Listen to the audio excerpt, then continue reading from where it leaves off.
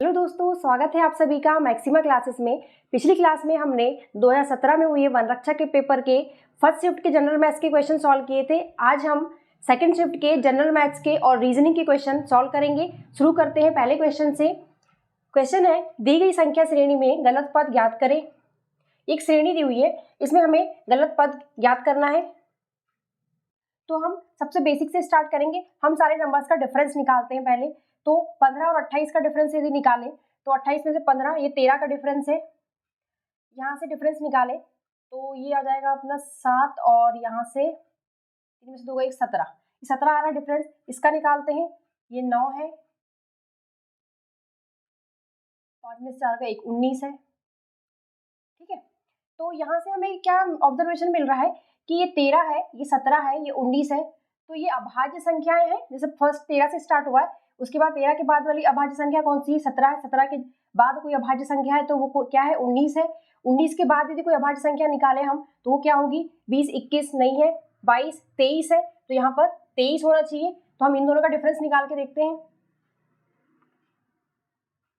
इन दोनों का डिफरेंस आ रहा है 1 और 8 में 6 का 21। यहाँ से निकालते हैं, ये हो जाएगा 1 और 31। यहाँ से निकालते हैं तो ये हो जाएगा 1, 31। तो यहाँ तक तो ये सही जा रहा था, 13 था, 17 था, 19 था। पर यहाँ से थोड़ा गड़बड़ हो रहा है, ये 21 हो गया है, ये 31 और 31 है।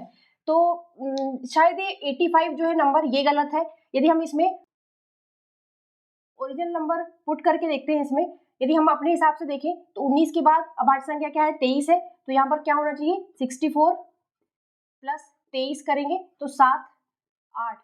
तो ये हमारे हिसाब से यहाँ पर 87 आना चाहिए, पर है 85। इससे निकाल के देख लेते हैं अपने आप को वेरीफाई करने के लिए। 116 में से 87 जाएंगे, कितना आएगा? 9, और ये 10 में से 8 गए 2। तो यदि 87 रखते हैं तो ये 29 हो जाता है, और ये 31। तो फिर 23 के बाद वैसे भी देखें तो अभाज्य संख्या कौन सी होती है? 29 है, और 29 के बाद अभाज्य संख्या 31। तो 87 सही आंसर है। 85 जो है यहाँ पर गलत पद है। आंसर क्या हो जाएगा? 85। नेक्स्ट क्वेश्चन है, एक अष्टभुज का प्रत्येक अंतःकोण कितना होता है? हम जानते हैं कि किसी भी रेगुलर पॉलीगन में, रेगुलर पॉलीगन मींस होता है बहुभुज, ऐसा बहुभुज जिसमें सारी भुजाएं जो है बराबर होती है। और मैं मान लेती हूँ कि इसमें नंबर ऑफ साइड्स यदि n है तो इसका जो अंतःकोण होता है, प्रत्येक अंतःकोण जो होता है वो होता है 2n - 4/n × 90 डिग्री होता है। और यदि बाह्य कोण देखें तो बाह्य कोण जो होता है वो होता है 360/n होता है, जहां पर n जो होता है वो नंबर ऑफ साइड्स होता है। अब ये लिखा है अष्टभुज, तो अष्टभुज है मींस इसमें n नंबर ऑफ साइड्स कितनी है? 8 है। बस वही पुट कर देते हैं। और हमको पूछा है अंतःकोण, बस इस फॉर्मूले में n की वैल्यू पुट कर देते हैं तो हो जाएगी 2 × n की वैल्यू 8 है -4/n, 8 है × 90। तो ये जगह 8 में 16, 16 में से 4 गए 12, 12/8। इसको 4 से कैंसिल करते हैं, 4 दूनी 8, 4 तिया 12, और ये 90 है, 45 बार जाएगा तो ये कैंसिल हो गया। इन दोनों का मल्टीप्लाई करते हैं, 1 और 13, तो कितना आया? 135 डिग्री। तो अंतःकोण कितना होगा अष्टभुज का? 135 डिग्री होगा। आंसर है थर्ड वाला। नेक्स्ट क्वेश्चन है, 570 मीटर लंबी रेलगाड़ी अपने जितनी लंबाई वाले प्लेटफॉर्म को 15 सेकंड में पार करती है, तो रेलगाड़ी की गति मीटर पर सेकंड में क्या है? रेलगाड़ी की लंबाई 570 मीटर है और उतनी ही लंबाई के प्लेटफॉर्म को वो पार कर रही, तो प्लेटफॉर्म की लंबाई भी 570 मीटर है। तो उसको पार कर रही है, इसका मतलब इसका डिस्टेंस जो है, डिस्टेंस जो वो पार कर रही है टोटल कितना हो जाएगा? 2 × 570 हो जाएगा। एक तो अपनी लंबाई भी पार करेगी और प्लेटफॉर्म भी उसी लंबाई का, उसको भी पार करेगी। टोटल डिस्टेंस 2 × 570 हो जाएगा। और बटे स्पीड नहीं दी हुई है क्वेश्चन में, तो v मान लेते हैं। स्पीड निकालना है मीटर पर सेकंड में, और प्लेटफॉर्म को 15 सेकंड में पार कर रही है, तो इसको टाइम जो आ जाएगा वो 15 सेकंड हो जाएगा। इसको सॉल्व कर लेते हैं। ये हो जाएगा 2 × 570 डिवाइडेड बाय 15। इसको सॉल्व कर लेते हैं। 15 तिया 45 और बचा 12, 15 8 120, ये हो गया। 38 दूनी 76, तो v कितना आ गया? 76 मीटर पर सेकंड। यही आंसर है फर्स्ट वाला। नेक्स्ट क्वेश्चन है, द्विघात समीकरण y² - 11x + 30 = 0 है, उसके मूल निकालना है। तो हमें पता है अल्फा बीटा यदि दो रूट्स हैं तो सम ऑफ रूट्स क्या होता है? -b/a होता है। और प्रोडक्ट ऑफ रूट्स क्या होता है, सी अपॉन ए होता है, जहाँ पर ए जो है, यहाँ पर जो वैल्यू होती है वो ए होता है, ये बी होता है और ये होता है सी, यदि इक्वेशन जो है ये प्लस में होती है पूरी तब, ठीक है। तो यहाँ पर सम ऑफ द रूट्स क्या हो जाएगा, माइनस बी कितना है, माइनस बी, और बी की वैल्यू कितनी है यहाँ पर -11 है, ए कितना है 1 है, तो सम ऑफ रूट्स कितना आ रहा है 11, प्रोडक्ट ऑफ रूट्स कितना आ रहा है सी अपॉन ए, सी यहाँ पर 30 है और ए 1 है, तो प्रोडक्ट ऑफ रूट्स 30 आ रहा है। तो अब हम यहाँ से ऑप्शंस देख लेते हैं, ऐसा कौन सा ऑप्शन है जिसमें जो इसको सेटिस्फाई कर रहा है, प्रोडक्ट होना चाहिए 30 और समेशन होना चाहिए 11, तो ये वाला सेटिस्फाई कर रहा है, तो आंसर दूसरे नंबर का होगा 6 और 5 इसके रूट्स होंगे। नेक्स्ट क्वेश्चन है, ABCD एक समानांतर चतुर्भुज है, AB 14, BC 18 और AC 16 सेंटीमीटर है, दूसरे विकर्ण की लंबाई याद करना है। ये चतुर्भुज है ABCD, इसको ऐसे क्रम में ही बनाना है, AB और CD ऐसे नहीं करना है, ABCD क्रम में ही होता है। तो इसमें AB जो है 14 सेंटीमीटर है, BC 18 है और AC जो है वो 16 सेंटीमीटर है। तो समानांतर चतुर्भुज की एक प्रॉपर्टी होती है कि इसके जो विकर्ण होते हैं, दूसरे विकर्ण BD की लंबाई निकालना है इसमें, तो इसके दोनों विकर्ण का जो स्क्वायर होता है means BD square plus AC का स्क्वायर इसके चारों भुजाओं के स्क्वायर्स के बराबर होता है, मीन्स अपन कह सकते हैं कि AB का स्क्वायर प्लस BC का स्क्वायर प्लस CD का स्क्वायर प्लस AD का स्क्वायर, इसमें से दो भुजाएं तो आपस में बराबर होती है, तो ये कह सकते हैं यहाँ पर 2 इंटू AB का स्क्वायर प्लस 2 इंटू BC का स्क्वायर भी बोल सकते हैं, ठीक है। तो AC की वैल्यू दी हुई है 16, ये 16 स्क्वायर, BD की वैल्यू निकालना है हमको, 2 इंटू AB कितना है 14, 14 का स्क्वायर कितना होता है 196 होता है, प्लस 2 इंटू BC 18 है, 18 का स्क्वायर कितना होता है 324 होता है, और 16 का स्क्वायर 256, इसको मल्टीप्लाई करते हैं, तो 12, 1, 18, 19 और 2 1 3 प्लस 2 4 8, 2 दूनी 4 और 2 3 6, इन दोनों को ऐड करते हैं, ये 10, 9 4 13, 14, 6 7 8 9 और 1 10, और ये 256 को इस तरफ से माइनस कर देंगे, तो ये हो जाएगा 10 में 6 गए 4, 13 में से 5 गए 8 और 9 में से 2 गए 7, तो BD स्क्वायर कितना आ गया 784। तो 784 देखिए 784 जो है 28 का करके देखते हैं, तो 28 का जो होता है ये होता है स्क्वायर, तो ऑप्शन का आंसर हो जाएगा।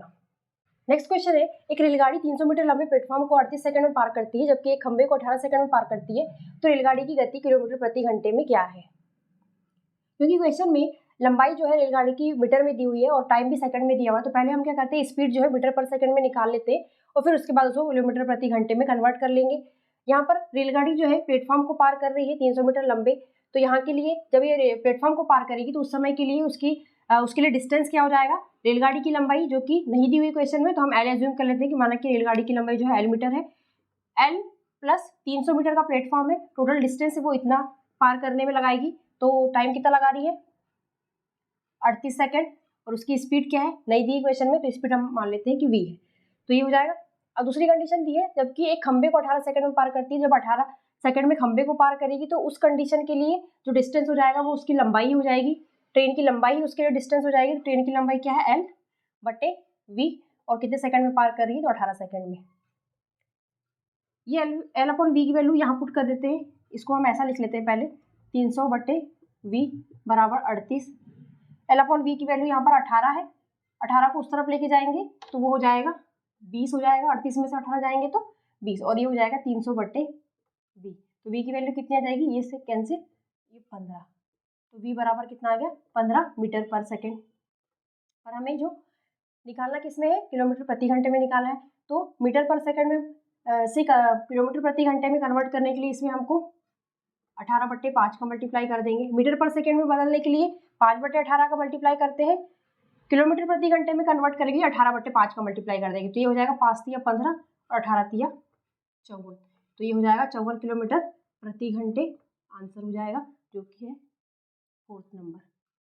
नेक्स्ट क्वेश्चन है, निम्नलिखित श्रेणी में प्रश्नवाचक चिन्ह के स्थान पर क्या आना चाहिए, -1 0, प्रश्नवाचक चिन्ह है 8 15 24, तो यदि हम इसको देखें 8 15 और 24, पहले इसको देखते हैं क्योंकि बड़े नंबर है, तो यदि हम देखें इसको तो ये क्या है, 8 जो है इसको हम 2 चौ 8 ऐसा लिख सकते हैं, ये 3 5 15 है, और ये है 6 चौको 24 लिख सकते हैं इसको। तो यदि हम ऐसे देखें तो ये 2 गुणा 4 है, और ये 3 गुणा 5 है, और ये 4 गुणा 6 है। ये 2 3 4 4 5 6, ठीक है। तो थोड़ा सा ये फॉलो कर रहा है एक ही सिस्टम को।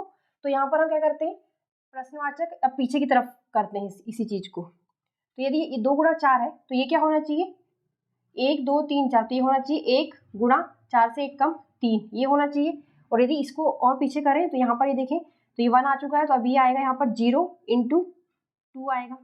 और पीछे चले इस टर्म के लिए, तो ये देखें 0 के और पहले क्या आता है -1 इंटू 1। तो ये पूरी तरह से फॉलो कर रहा है ये इसको यदि मल्टीप्लाई करें तो -1 भी आ रहा है, करे तो 0 भी आ रहा है, तो ये पक्का 3 इंटू 1 होगा। तो आंसर जो है 3 होगा, जो कि ऑप्शन में है 1 नंबर। तो आंसर जो है 3 नंबर है।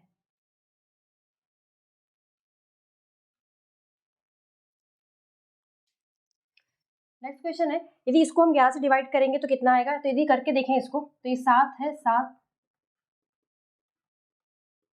11 से, तो इसको क्या करेंगे, जनरली यदि कंफ्यूजन कई लोग को होता है तो क्या करते हैं वो लोग 11 7 11 7 11 7, 77 ऑप्शन भी 777 है, तो कोई भी इसको ऑप्शन में लगा के आ जाएगा। पर ये ऐसा नहीं होगा, ये होगा 11 7 77, फिर 0 आएगा, फिर 7 टाइम मल्टीप्लाई होगा, फिर 0 आएगा, फिर इसको इस तरीके से भी भाग करके देखेंगे तो इसी तरीके से सॉल्व होगा ये।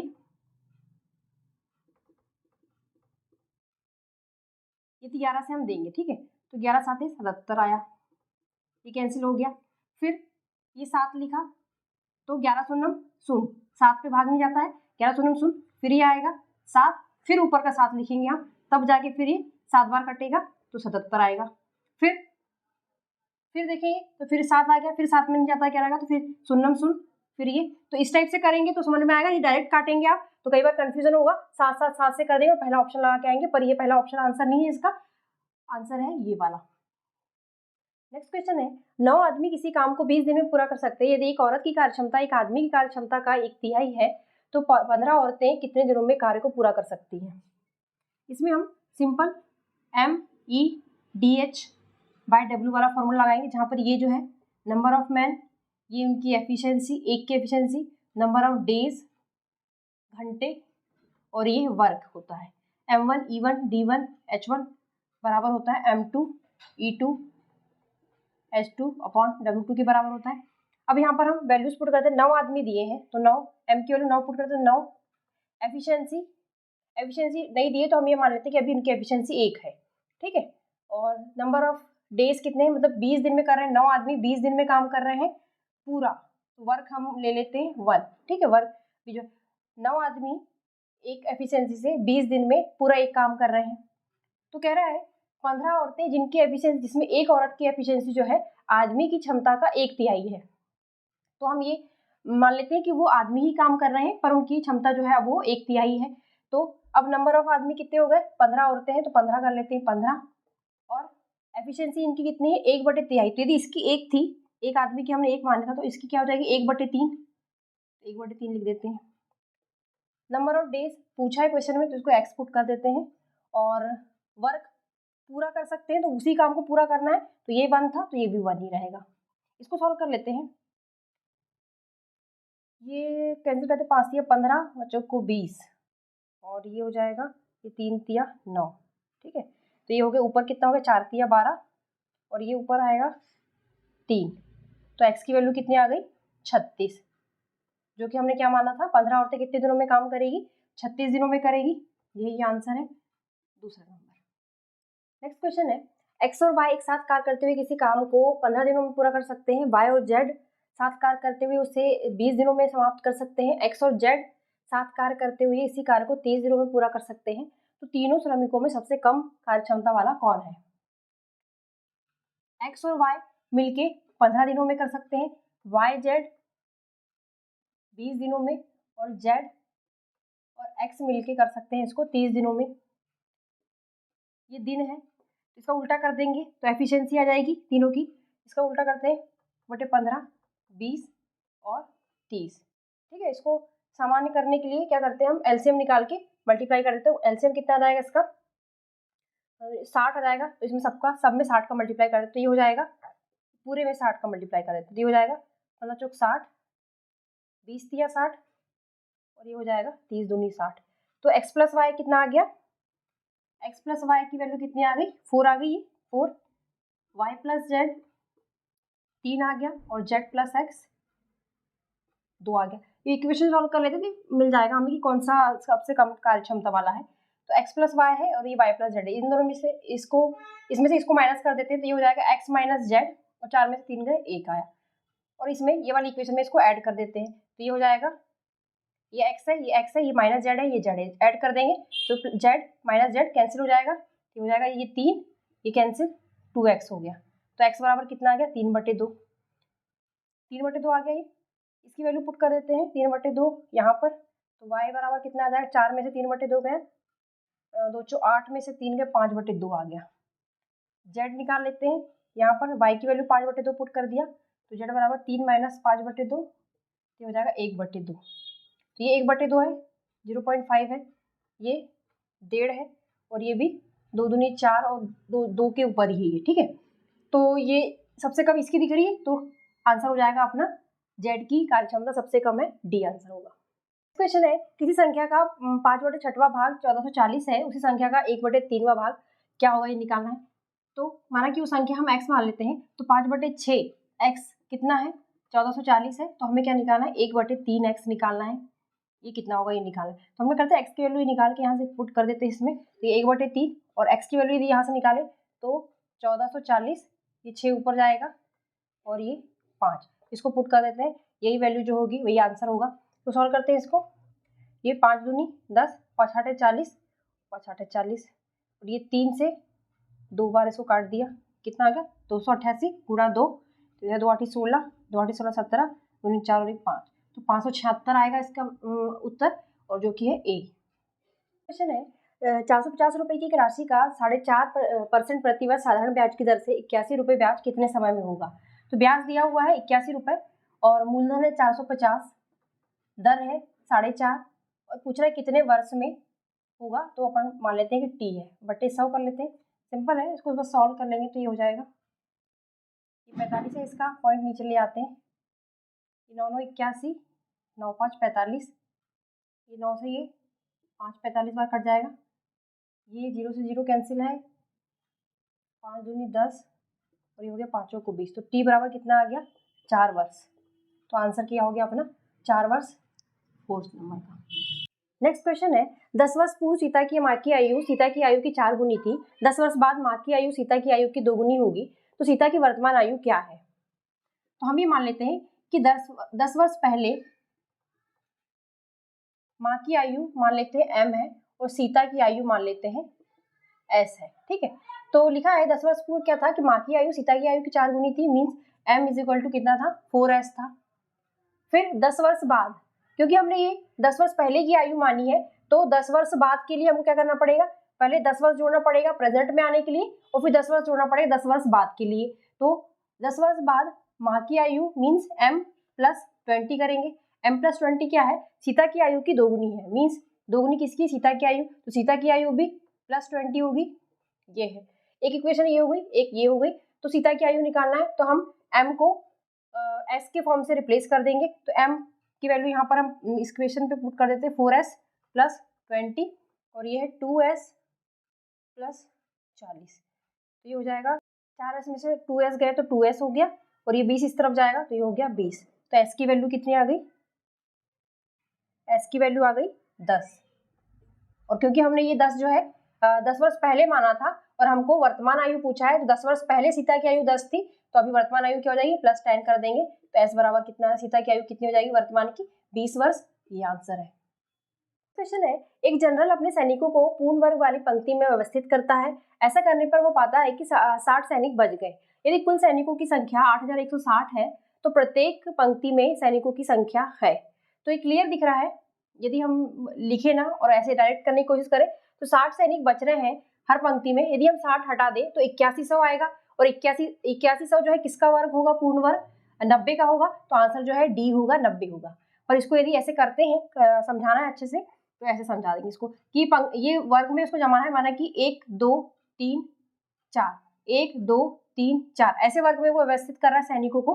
तो टोटल सैनिक कितने हो जाएंगे यहाँ पर, माना कि ये मान लेते हैं कि एक पंक्ति में x सैनिक है, तो इसमें भी x होंगे क्योंकि वर्ग में व्यवस्थित कर रहा है। तो टोटल सैनिक कितने हो जाएंगे इस वर्ग में, x स्क्वायर हो जाएंगे। और चूंकि लिखा है क्वेश्चन में कि 60 सैनिक बच जा रहे हैं, तो 60 सैनिक भी जोड़ देंगे। टोटल सैनिक जो दिए हैं वो 8160 दिए हुए, जिसको 8160 के बराबर रख देंगे। 60 माइनस होगा इससे तो हो जाएगा 8100, तो x स्क्वायर बराबर हो जाएगा 8100, तो x की वैल्यू आ जाएगी 90। आंसर है फोर्थ 90। नेक्स्ट क्वेश्चन है, यदि एक भिन्न का अंश 400% बढ़ जाए तथा हर 500% बढ़ जाए तो परिणामी भिन्न 20/27 है, तो मूल भिन्न क्या है। यदि किसी नंबर को मैं मान लेती हूँ, माना कि x से कोई नंबर, यदि उसको मैं 100% बढ़ा दूं, 100% बढ़ा दूंगी, तो वो नंबर क्या हो जाएगा, x प्लस x का 100% मीन्स 2x हो जाएगा। ये मतलब होता है कि यदि किसी नंबर को 100% बढ़ाया जाता है तो वो उस नंबर का दुगना हो जाता है। उसी तरह किसी नंबर को मैं यदि 400% बढ़ाऊंगी तो क्या हो जाएगा, x तो रहेगा ही और x का 400% बढ़ जाएगा, तो ये क्या हो जाएगा 4x प्लस x 5x हो जाएगा। तो 400% बढ़ाऊंगी तो वो नंबर 5x हो जाएगा, 500% बढ़ाऊंगी तो वो नंबर 6x हो जाएगा, 600% बढ़ाऊंगी तो वो नंबर जो है 7x हो जाएगा। ये कंसेप्ट ध्यान रखना है। तो यहाँ पर लिखा है भिन्न का अंश है, माना कि मैं भिन्न मान लेती हूँ कि x अपॉन y है, ठीक है। तो लिखा है 400 अंश को 400% बढ़ा दिया गया है, 400% बढ़ाएंगे तो ये कितना हो जाएगा 5x हो जाएगा, और हर को 500% बढ़ा दिया गया है तो ये जो हो जाएगा 5 और 1 6y हो जाएगा। परिणामी भिन्न जो है वो किसके बराबर आ रहा है, 20/27 के। तो मूल भिन्न निकालना है, मूल भिन्न क्या है, x/y है। इसको सॉल्व कर दें, पांचों को 20 और ये हो जाएगा 3 दूनी 6, 3 9 27 हो गया। तो x बराबर y, x अपॉन y की वैल्यू कितनी आ गई, ये 2 चौ 8/9, यही आंसर है। तो बी आंसर है। एक आदमी अपने धन का 12.5 से है, बची हुई राशि का 70% खर्च करने के बाद उसके पास 210 रुपए शेष बचते हैं, तो आरंभ में उसके पास कितने रुपए थे। माना कि आरंभ में उसके पास x रुपए थे, तो उस धन का उसने 12.5%, 12 से 1/5, 12.5%, 12.5%, यदि इसको हम फ्रैक्शन पे कन्वर्ट करेंगे तो 1/8 के बराबर होता है। मैंने अपने टेलीग्राम चैनल पे सारे fraction to percent to fraction conversion जो है कि एक शीट शेयर की, उसमें सारे जो बेसिक जनरली यूज होते हैं वो परसेंट टू फ्रैक्शन कन्वर्जन उसमें दी हुई है, वो याद कर लीजिएगा, उससे थोड़ा समय बचता है।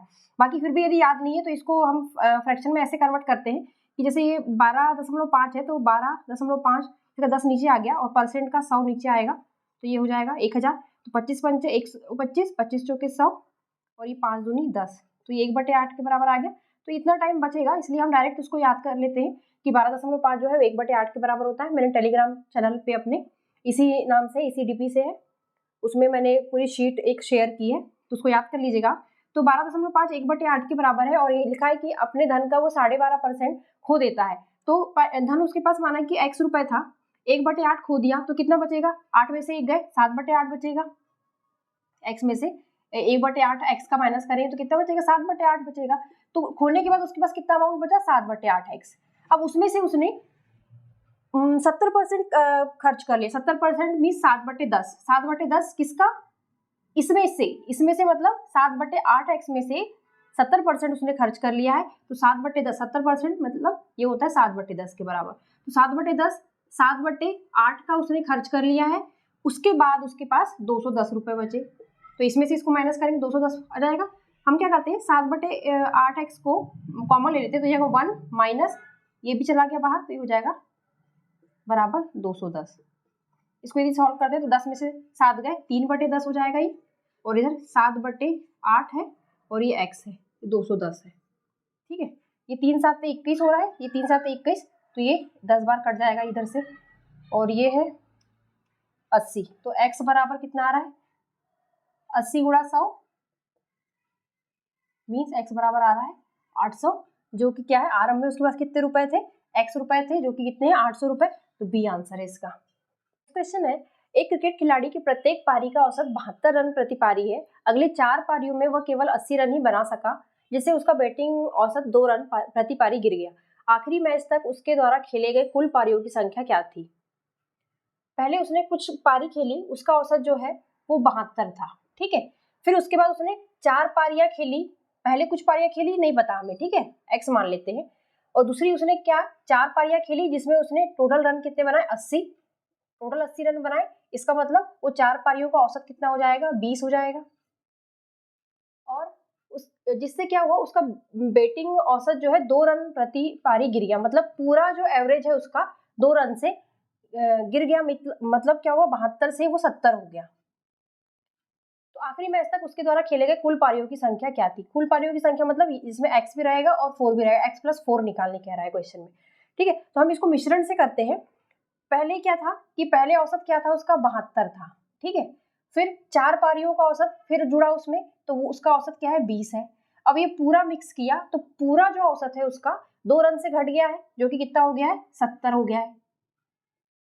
तो इसको माइनस करके जो रेशियो आएगा वो रेशियो किसके बराबर होगा, 72 रन के औसत रन कितनी पारियों में था, प्रत्येक पारी नंबर नहीं पता हमें तो हमने x माना था, तो x ये रेशियो, और 20 किसका औसत था, ये 4 पारियों का। ठीक है, तो ये 4 पारी, इनका औसत जो होगा, इसमें से इसको माइनस करने पे जो औसत आएगा वो बराबर रहेगा। 70 में से 20 गए 50, और 72 में से 70 गए 2, कितना हो जाएगा, 50/2 बराबर x/4 हो गया। ठीक है, तो ये 2 दूनी 4 हो गया, तो x बराबर कितना आ गया, 100।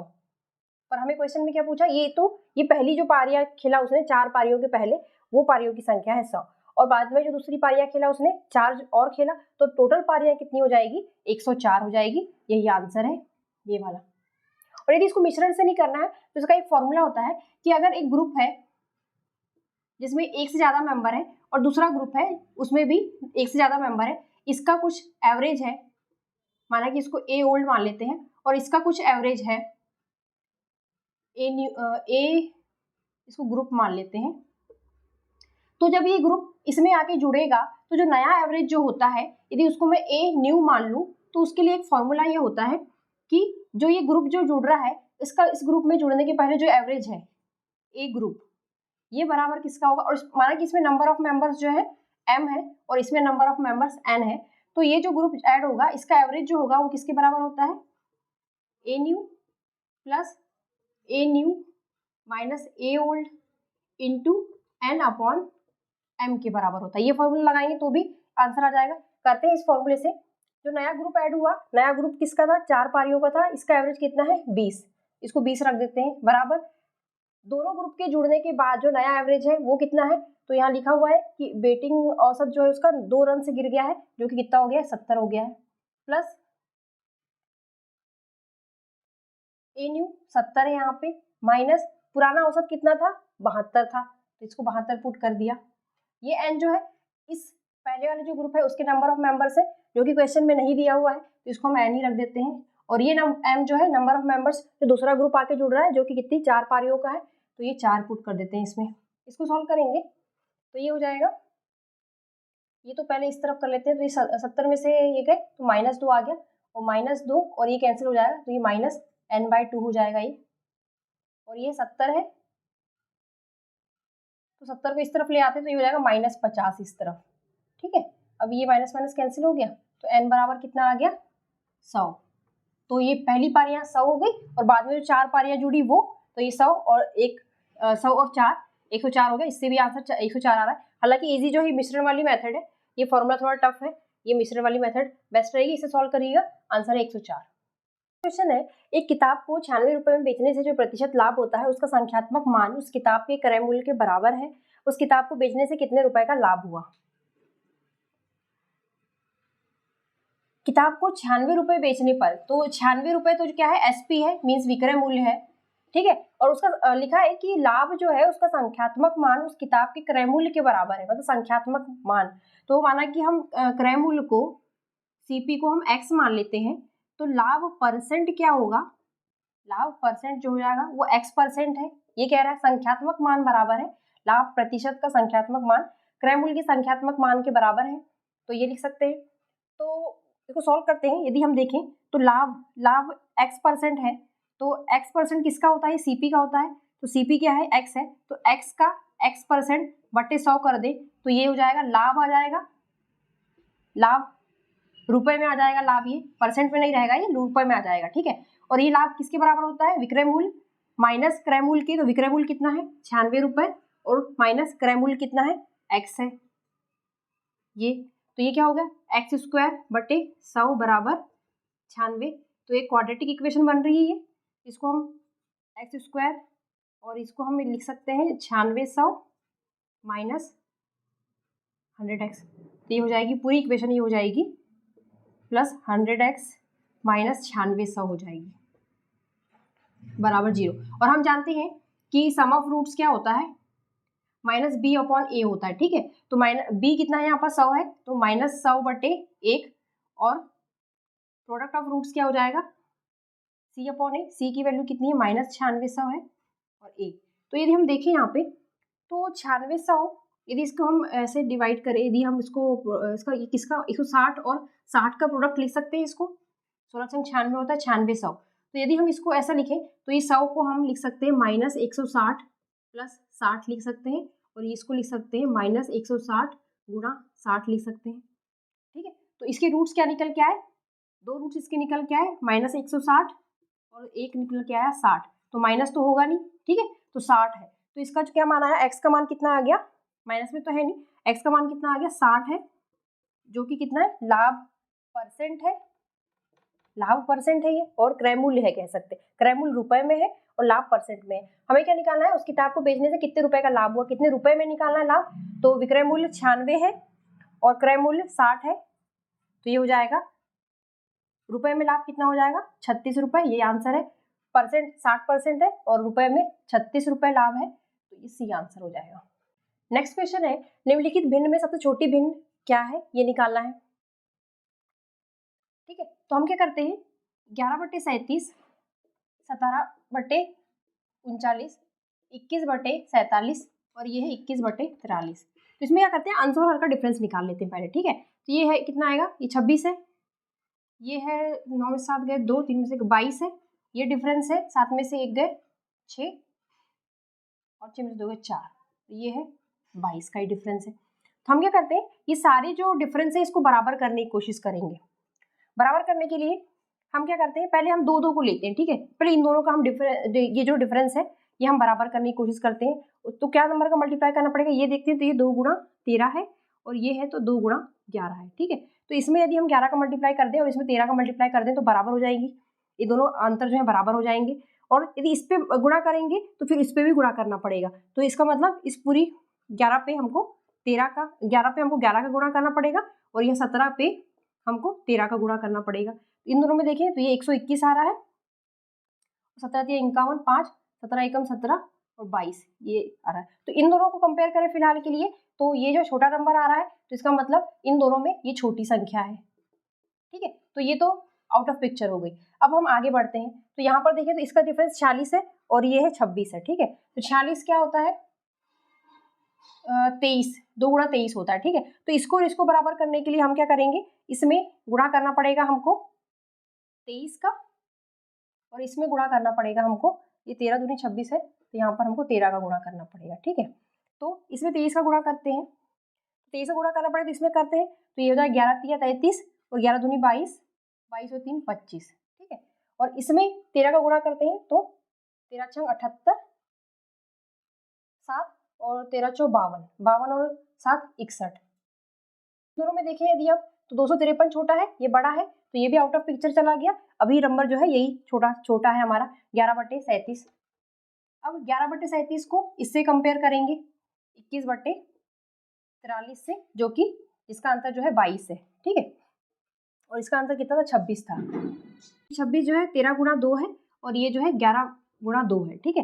तो इस पे 13 का गुणा करना पड़ेगा और यहाँ पर 11 का गुणा करना पड़ेगा, तो ये 121 ही रहेगा। और ये तो साफ दिख रहा है 13 में 21 का गुणा करेंगे तो 121 से ज़्यादा ही आएगा। तो हमारा जो नंबर है 11/37 ही सबसे छोटा नंबर है, तो आंसर हो जाएगा ये वाला। यही वाला कॉन्सेप्ट आप इस पे भी लगा लीजिएगा, इसका आंसर बी आ जाएगा। इसी कॉन्सेप्ट से हल करेंगे इसको।